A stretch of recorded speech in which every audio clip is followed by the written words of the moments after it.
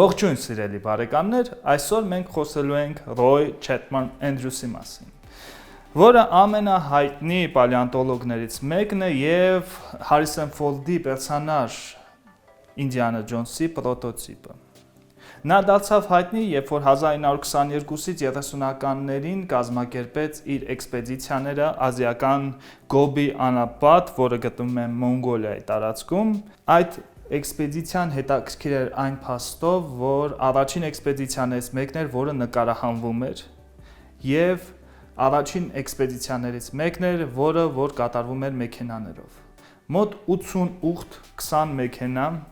եւ մոտ 40 գիտնական հայտնվեցին Գոբի անապատում։ Սկզբնական միտքը եղել էր մարդու նախահայրերի փնտրտուքը, քանզի որ այդ ժամանակ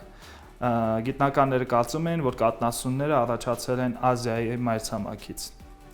Համենայն դեպս Չեփման Էնդրյուսը գտավ ավելի հետաքրքիր կենդանիներ։ Օրինակ Էնդրյուսարկուսը, Բելաջուտերիումը,